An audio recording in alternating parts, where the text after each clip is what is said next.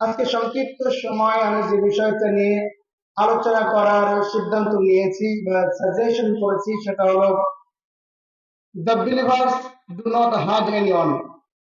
ইমানদাররা কাউকে কষ্ট দেয় না। যারা ইমানদার, যারা মুমিন, যারা নিজেদেরকে একজন ইমানদার হিসেবে দাবি করে তারা কাউকে কষ্ট দেয় না। মুমিনরা কাউকে কষ্ট দিতে পারে না। ইমানদাররা কষ্ট সহ্য করে। ইমানদারদের উপরে মিথ্যা ট্যাগ লাগানো হয়। ইমানদারদের উপরে অনেক মিথ্যা হামলা আছে না নেই, সবগুলো তারা সহ্য করে, কিন্তু তারা অন্যকে কষ্ট দেয় না। তো তার ধারাবাহিকতা এই সাবজেক্টের উপরে আমি কিছু কথা বলার চেষ্টা করছি ইনশাআল্লাহ। এটা হলো আজকে আমাদের আলোচনার সেন্ট্রাল থিম।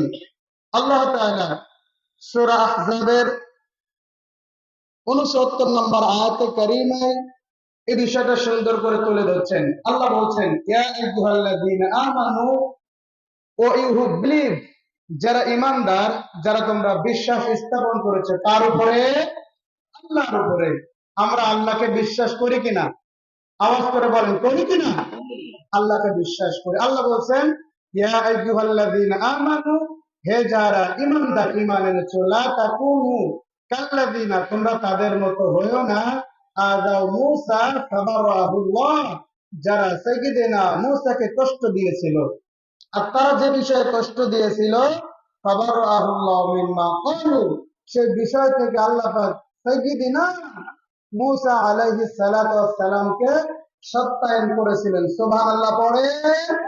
এরপরে আল্লাহ বলছেন, ওয়াকানা ইনদাল্লাহি ওয়াজিহা, সাইয়্যিদিনা কালিমুল্লাহ মূসা আলাইহিস সালাম, তিনি অত্যন্ত মর্যাদাবান একজন পয়গম্বর। পড়তে হবে সুবহানাল্লাহ।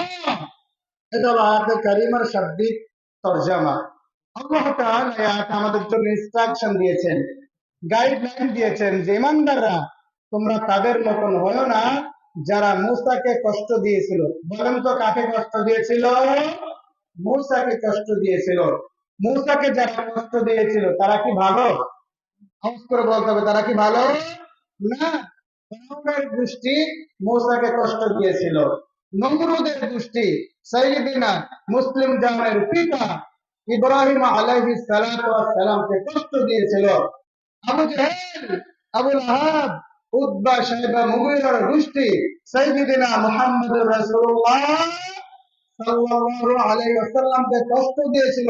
ভালো করে বুঝবেন, ফিরআউন যেমন মূসাকে কষ্ট দিয়েছে, এরপরে নমরুদ যেমন ইব্রাহিমকে কষ্ট দিয়েছে, আবু জাহেল, আবু লাহাব যেমন আমার নবীকে কষ্ট দিয়েছে, আমার নবীর অনেক যারা ওলামায়ে আম্বিয়া কেরাম, যারা নবীর অনেক যারা উত্তরসূরি, যারা নবীরা কোরআনের প্রচার করেছে, আজকে নবী নাই, নবীদের নাই, নবীদের কাজ যারা করছে আলেমরা, ঠিক একইভাবে আলেমদের কষ্ট দেয় তারা, আবু জাহেলের উত্তরসূরি, তারা ঠিক কিনা?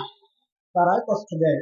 তো আল্লাহ বলছে, লা তাকুনু কাল্লাযীনা, তোমরা তাদের মতো হলো না যারা মূসাকে কষ্ট দিয়েছিল। এখন মূসাকে কি কষ্ট দিয়েছিল জানার দরকার আছে না নাই? ভাইরা বলেন, আছে কিনা? আসেন আমরা একটু জানি, একটু চেক করার চেষ্টা করি, ক্রস চেক করি যে মূসাকে তারা কিভাবে কষ্ট দিয়েছিল। রব্বুল আলামিন বলেন, ও গোলাম, আমি আল্লাহ কোরআনে সব ফাইন্ড আউট করেছি, আমি আল্লাহ সব কোরআনে বলে দিয়েছি।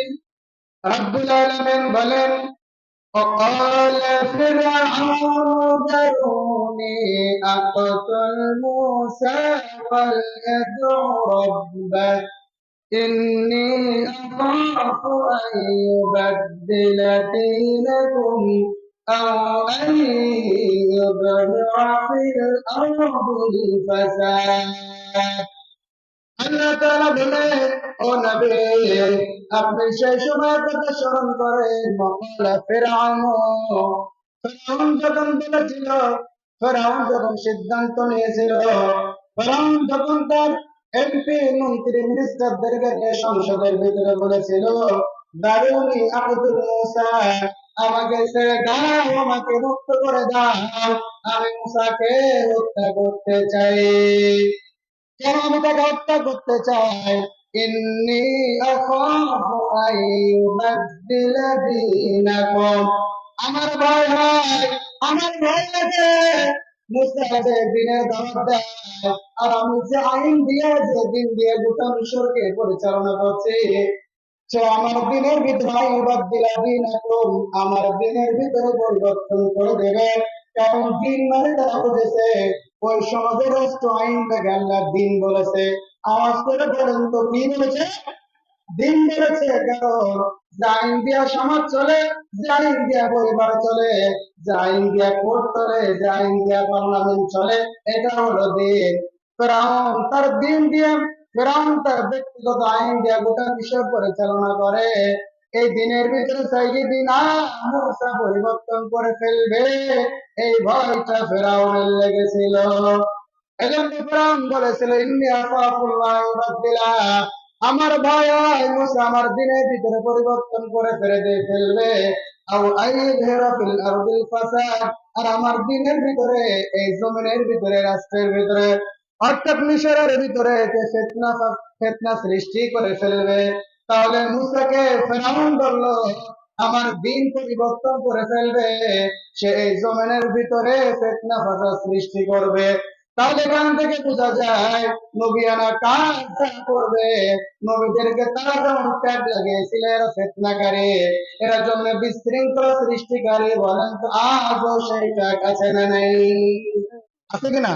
আজকে আলেমরা যখন কথা বলে, যখন কোরআন দিয়ে সমাজ চালাতে চায়, রাষ্ট্র চালাতে চায়, সমাজ পরিবর্তন করতে চায়, আল্লাহর কোরআনটা সংসদে নিতে চায়, তখন যারা ব্যক্তিত্ব মতবাদ প্রতিষ্ঠিত করতে চায়, যারা এলেমের আদর্শ প্রতিষ্ঠিত করতে চায়, যারা কর্মসূচির আদর্শ প্রতিষ্ঠিত করতে চায়, যারা তাদের আদর্শ প্রতিষ্ঠিত করতে চায়, তখন বলে আলেমরা প্রেক্ষাপট সৃষ্টি করে। ঠিক কিনা? এটা নতুন কোন ট্যাগ নয়, এটা নবীদের ট্যাগ কাফেররা দিয়েছিল। এই ট্যাগে, এই ট্যাগ দিয়ে 13 বছর নয়, 13 বছর নয়, যুগে যুগে হাজারো আলেম, হাজারো নবী, হাজারো তাবী জেলখানায় থেকেছে। ঠিক কিনা? ভাই আমার, আল্লাহ বলছে ফেরাউন সিদ্ধান্ত নিয়েছিল আমি মুসাকে হত্যা করব। কারণ কি? সে আমার দিনের ভিতরে পরিবর্তন করে দিবে আর এই সমাজের ভিতরে ফাসাদ সৃষ্টি করবে। আমরা বিগত দিনে দেখেছি কোরআনের উপরে আল্লামা সাঈদীকে 13 বছর কারাগারে রেখেছে। একটাই কারণ, বাংলাদেশ 1% একজন ব্যক্তির জন্য হাজার আমার জীবন দিয়েছে। কারণ ওই ব্যক্তিটার কথায় সমাজ পরিবর্তন হয়। তারা দেখেছে এই ব্যক্তিটাকে যদি বন্দী না করতে পারি সমাজ পরিবর্তন হয়ে যাবে। এক ডাকে লক্ষ মানুষ উপস্থিত হয়ে যায়, এই সমাজ উল্টো পাল্টা হয়ে যাবে, ঠেকাতে পারবো না। এই জন্য করে তাকে বিভিন্ন হামলা মামলা ঠিক কিনা? 13টা বছর কারাগারে রেখে মিথ্যা নাটক সাজাইয়া ইনজেকশন পুশ করে মেডিকেলে বারান্দা তাকে হত্যা করেছে। ঠিক কিনা বলেন? প্রিয় ভাইরা আমার, আমরা বিশ্বাস করি আল্লামা হুজুরের স্বপ্ন ছিল আমি শহীদি মৃত্যু চাই, আমি শহীদি মরণ চাই, তার শহীদি মরণ হয়েছে আমরা বিশ্বাস করি। ঠিক কিনা? আল্লামা সাঈদী তুমি মরণি, শহীদ হয়েছ তুমি এটাই জানি। ঠিক না বলেন? আল্লামা সাঈদী তুমি মরণি, শহীদ হয়েছ তুমি এটাই জানি। কারাগারে কাটায় 5 বছর, বাতিল পেপেছে তোমায় দেখে কারাগার। কি মানুষ, যে মানুষ মারা গিয়েছে এরপরে বাতিলের কাছে আতঙ্ক, তারা ঢাকায় জায়গা হতে দেয় নাই, তারা কত ফন্দি করেছে গিয়েছিলাম আমি, আমার আল্লাহ যাওয়ার সুযোগ দিয়েছিল ফিলিস্তিনের জমিনে। এই ব্যক্তিটাকে মানুষ কি পরিমাণে ভালোবাসে। আরে ভাই, একটা মানুষ 13 বছর কারাগারে রেখে মেরে দিয়েছে, এরপরও আতঙ্ক কাটে নাই, তার লাশটা ঢাকার দিকে জানাতে হয় না। এই মৃত্যুর পরে 2 মাস সারাদিন পুলিশ পাহারা ছিল কবর। এরকম হয় মৃত্যুর পরেও সাইদি বেঁচে থাকতে যত জনপ্রিয়তা হয়েছে, মৃত্যুর পর আরো সাইদি শক্তিশালী হয়েছে। ঠিক কিনা? গিয়েছিলাম ভাই, তার জানা যায় আমি পিরোজপুরে, আমাকে আল্লাহ যাওয়ার সুযোগ করে দিয়েছিল। আমি আমার 2 চোখে দেখেছি ভাই, বিশ্বাস করবেন না, বলছি মানুষটা ওই ব্যক্তিকে কি পরিমাণে ভালোবাসে আপনি পাগল হয়ে যাবেন। একটা ইয়ং ছেলে কাঁদছে, তার বাপ মা স্ত্রী একসাথে মরে গেলে এত কান্দবে না, এত খারাপ হবে না। মানুষ কাঁদতে কাঁদতে সেন্সলেস হয়ে যাচ্ছে, মৃত লাশের কে মানুষ চুমু খাচ্ছে, সেন্সলেস হয়ে গেছে। আহা, ওনার বিরুদ্ধে যে হিন্দুকে, যাকে সাক্ষী বানানোর জন্য বলা হয়েছিল যে রাজাকার, তোমার মাকে ধর্ষণ করেছে, তুমি বলবা যে মানে যে হিন্দু লোকটা বলে নাই ভালো করে আসামে পাচার করেছিল, ওই হিন্দু বেটা ওই লোকটা তার জানা যায় আল্লামা সাইদের জানা এসেছিল, আমি সচক্ষে দেখে এসেছি। এই লোকটাকে মানুষ কি পরিমাণে ভালোবাসে, তাহলে বোঝা যায় যুগে যুগে যারা আলেম, যারা নবীদের কাজ করে, কাফেররা যেমন নবীদের ট্যাগ লাগিয়েছে মিথ্যা, আজকেও নব্বু ফেরাউন যারা আলেমদের উপর ট্যাগ তারা লাগায়। এই যখন ট্যাগ লাগালো তখন ফেরাউনের মন্ত্রী বলা শুরু করলো, ও আমার নেতা শোনো, আমরা এই সমাজের নেতা হতে পারি, কিন্তু এই সমাজের কোন লোক আমাদের ভালোবাসে না।